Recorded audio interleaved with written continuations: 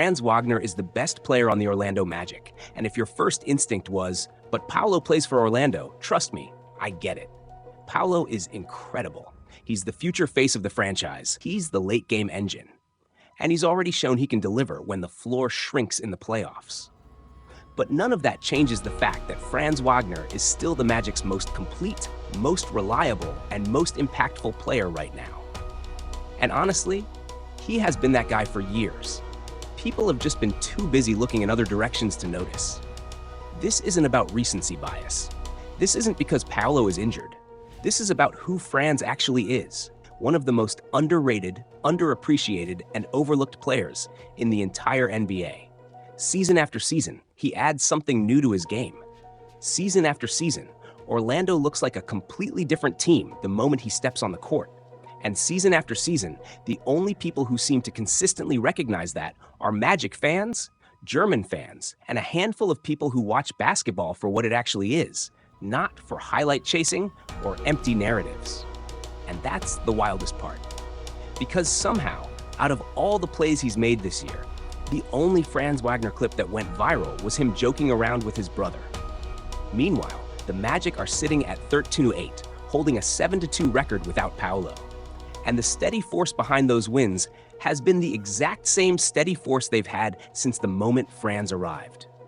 If you want to understand why he's so good, why his improvement is so linear, why his impact is so consistent, you have to look beyond the surface. Forget the tween, step back culture for a second. Franz isn't built for social media approval.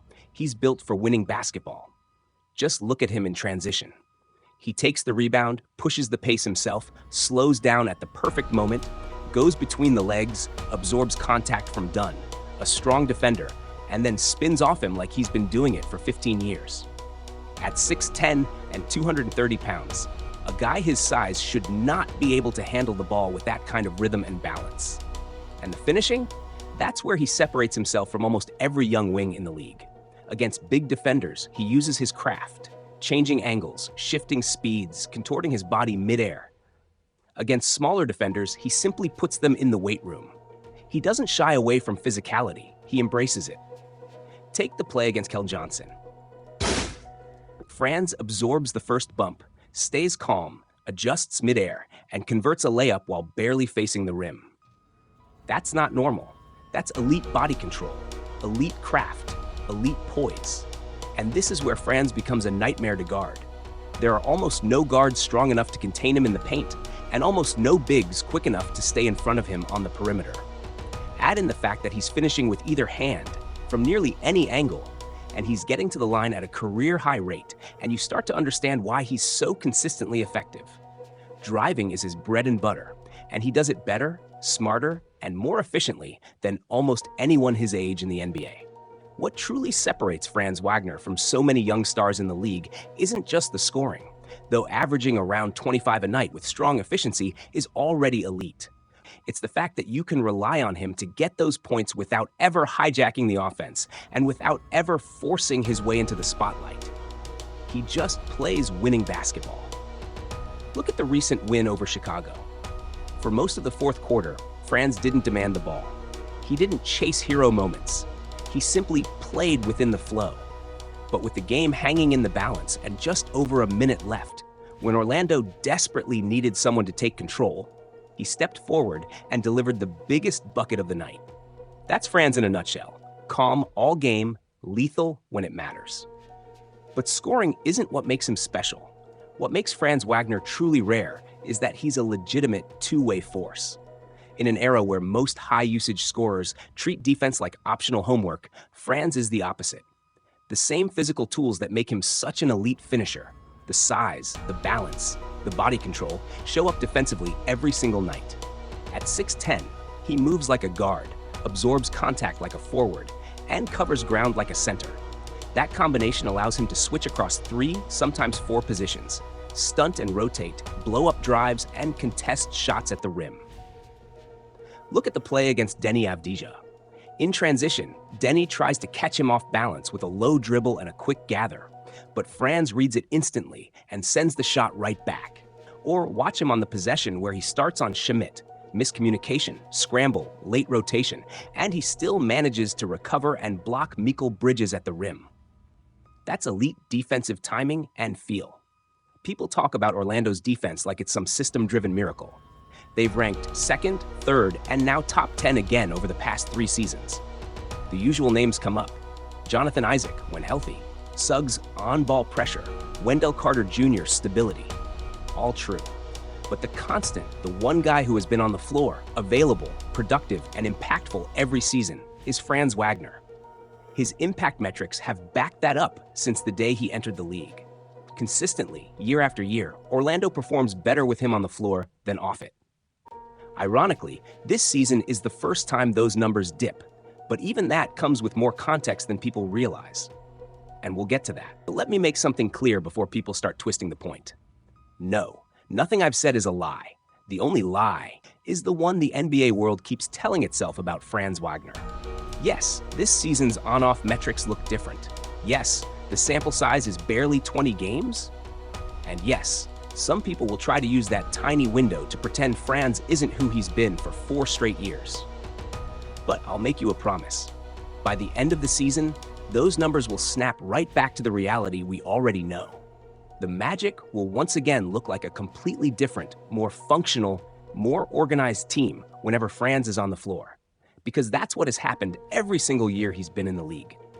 And still, in spite of his consistency, in spite of the Magic taking another leap, in spite of Franz putting up big numbers, elite efficiency, and playing genuine two-way basketball, he somehow continues to get overlooked. And to really drive that home, let me show you something. A few days ago, I was scrolling through Twitter when I came across a graphic from SB Nation titled Potential First-Time All-Stars. And look, there were some good players on that list. Players who deserve recognition. Players who have a chance to make the team this year. But guess whose name was nowhere to be found? Franz Wagner. A guy on one of the best teams in the Eastern Conference. A guy who has been the best player on that team this season. A guy who just led them to a 7-2 stretch without their franchise cornerstone. A guy who has been elite for years, not weeks. And somehow, he doesn't even make the conversation. And it's crazy because this isn't a new story. This has been happening since day one. Just go back to his rookie year. Franz was the most efficient rookie scorer. He was one of the best defenders in the entire rookie class. He was arguably the most impactful player on either end of the floor among all first-year guys. Guess how many Rookie of the Year votes he got? 2. Less than Jalen Green, about the same as Herb Jones. Does Rookie of the Year voting determine whether someone is underrated? No. But it definitely reveals who was being taken seriously and who wasn't. Fast forward to last year. Franz averages 24 points, nearly 6 rebounds, and 5 assists per game. Numbers that basically scream, this guy should be an all-star. But the NBA player votes? They gave more votes to Paul George, who didn't even make the team. Mikal Bridges received the exact same amount, and he wasn't an all-star either. And that's when the narrative started. He can't shoot. His jumper is broken. Once the shot comes around, then we'll start giving him credit.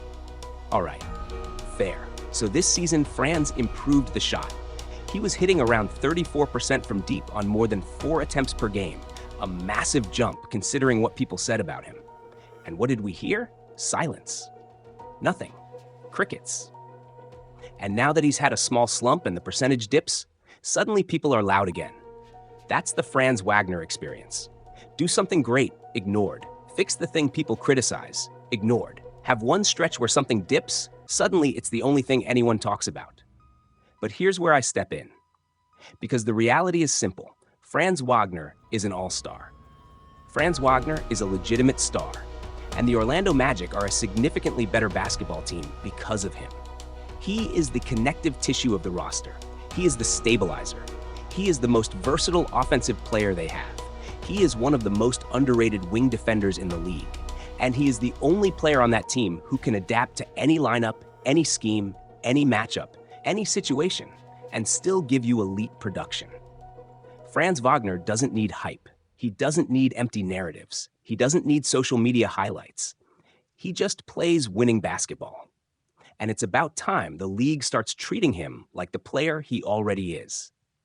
If you want more videos like this, more honest breakdowns, more real basketball talk, more analysis without the noise, hit that subscribe button. It's free, it helps the channel, and it lets me keep doing what I love. Drop a like if you enjoyed this one, and I'll see you in the next video. Have an amazing day.